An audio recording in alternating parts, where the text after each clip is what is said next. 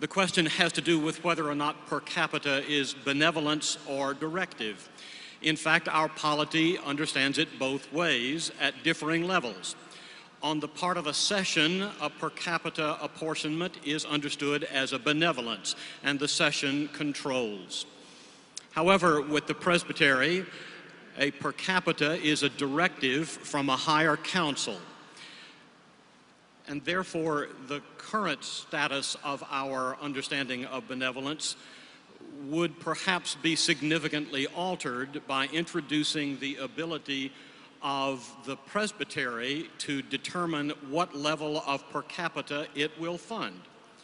This would also challenge the ability of higher councils than the presbytery to function in exercising governance by imposing a limit on the ability of their governance by virtue of the presbytery's decision how much of its per capita it will pay. Finally, or rather thirdly, it challenges the spirit of the new form of government by introducing into the text of the Constitution a specific numerical value which may well have to be altered by constitutional amendment should it be discovered to be no longer adequate or accurate.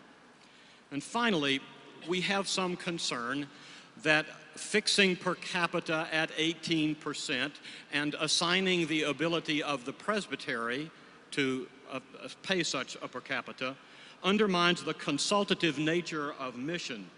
As 3.0106 indicates in the previous paragraph, mission funding demonstrates the unity and interdependence of councils. The ability of councils to function and carry out the mission assigned to them in the form of government is a matter for those councils themselves to determine, rather than to be limited by the decisions of lower councils. We hope these items will be considered by the Assembly as you consider the merits of this substitute motion. Thank you, Mr. Moderator. Thank you, Mr. Hooker.